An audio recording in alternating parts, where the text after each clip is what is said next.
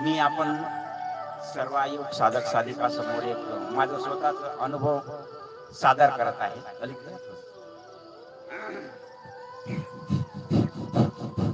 योग क्लासमध्ये येण्याच्या पहिले मी व्याधी विकारग्रस्त झालो होतो। पहिलेच आर्मी पर्सन, पण त्या योगामधून जे मला सातत्यपूर्ण करण्यामध्ये जे लाभ मिळाला त्याचा मी लाभ आपण सर्वांसमोर मांडत आहे।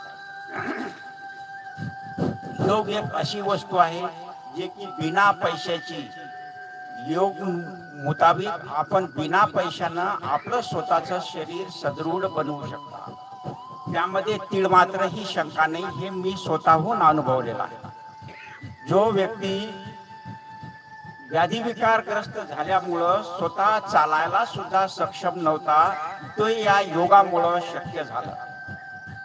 आणि मला गोलवाडीपर्यंत जाण्याकरता बाईकवर सपोर्ट लागत होतं चालवण्याकरता, तर मी काल वाशिमहून जाऊन आलो, आता यवतमाळपर्यंत सुद्धा जाण्याची माझी क्षमता आहे।